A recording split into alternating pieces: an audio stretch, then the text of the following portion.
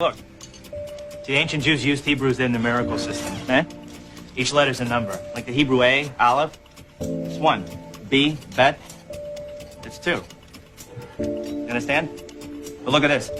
The numbers are interrelated. Like take the Hebrew word for father. Av, Aleph, Bet. 1, 2 equals 3. All right? Hebrew word for mother, Aim, Aleph, Mem. 1, 40 equals 41. Sum of 3 and 41, 44. All right? Now, Hebrew word for child. All right? Mother, father, child. Yelad. That's 10, 30, and 4. 44. Torah is just a long string of numbers. Some say that it's a code sent to us from God. That's kind of interesting. Yeah, that's just kid stuff. Check this out, okay? The word for the Garden of Eden, Kedem. Numerical translation, 144. Now the value of tree of knowledge, all right, in the garden, right? Eitz HaChaim, 233. 144, 233. And you can take those numbers. So, you know, like the Fibonacci sequence? Fibonacci. Fibonacci is an Italian mathematician in the 13th century. If you divide 144 into 233, the result approaches theta. Theta? Theta. Greek symbol for golden ratio, golden spiral. Wow. I never saw that before. That's like that series you find in nature? Like the face of a sunflower? Wherever the spirals. You see this math everywhere. In ancient mystery school Pythagorean mathematics, there's only 9 numbers in the universe. 9 numbers. 10 is actually 1 plus 0, that's 1. Zeros are placeholders. That's a man-made creation. Creator's language is math. There's only 9 numbers in the universe, 1 through 9. The numbers have a resonance, a frequency, a deep sacred geometry. And that this 3, 6s, and 9s is special, or very special.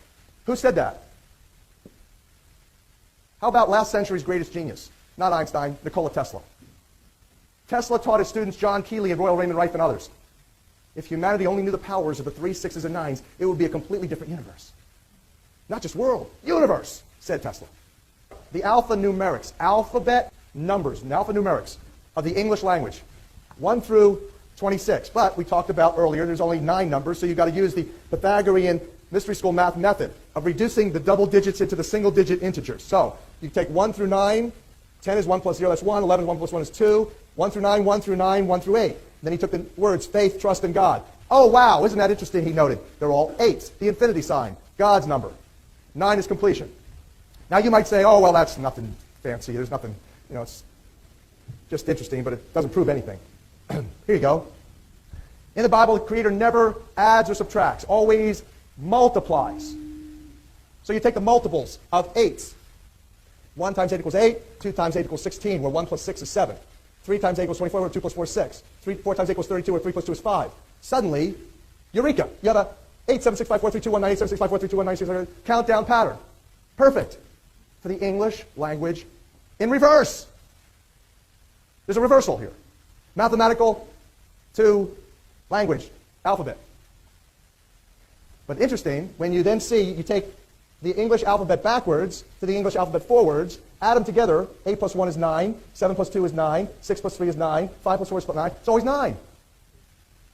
That means it's perfect. Math never lies. That's why it's God's language. 1 and 1 is always 2 unless you're a cheater, right?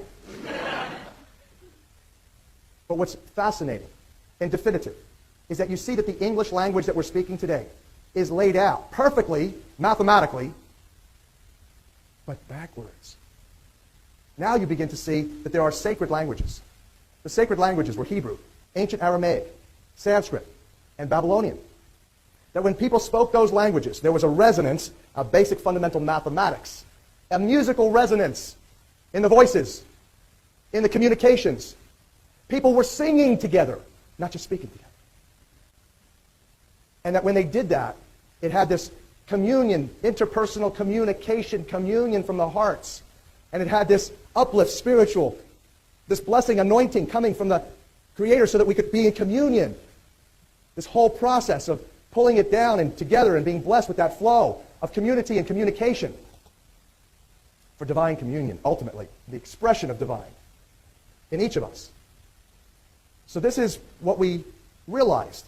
You read Hebrew from right to left. You read English from left to right. Flipped. Reversal. Now, this is absolutely certain. I showed you, for example, that X's are 6's. X's are 6's. So, to show you how this truth is infiltrated into our culture by design, not mistake, and that the global industrialists who have done that are still using it. And we see it, but we don't see it. We see it all the time, but we don't know it. Here are some examples. I actually, in the book, Death in the Air, decoded the Illuminati's code that you see in their logos. You see them all over. I'll give you some examples. X's are 6's. So are O's. So American Idol, which my family adores. I do too. Idol worship is on Fox. F-O-X. 666. But that's not where it ends. It's infiltrated completely into our culture. You sign your letters to loved ones, X's and O's at the bottom, kisses and hugs. You're writing 6666666. When you play tic-tac-toe, board X's and O's. At the end of the game, you got 6666666. 9 sixes. 6 times 9 is 54. 5 plus 4 is 9. That's completion. End of the game.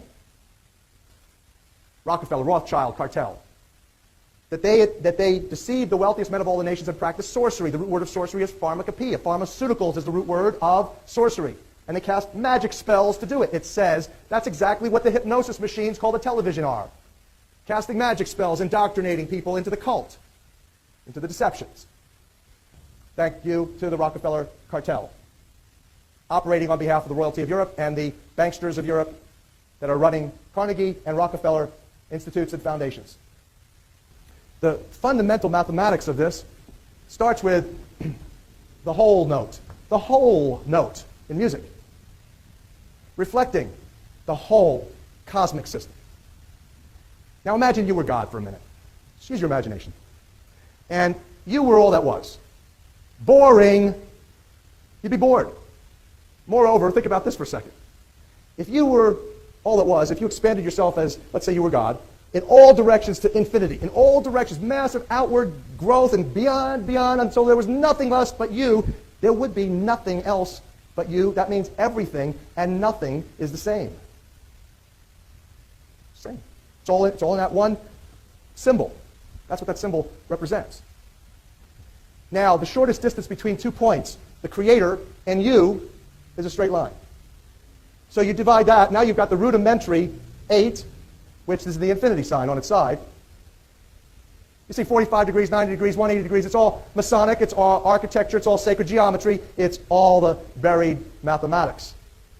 Now flip this up. Look, you flip this one up here, flip this one down here. Now you got your X. That's how you came up with your X's, which are actually also alphanumerically the 6's, which I shared with you, is a symbol. Like you see how divide the 8 in half, you got your 3.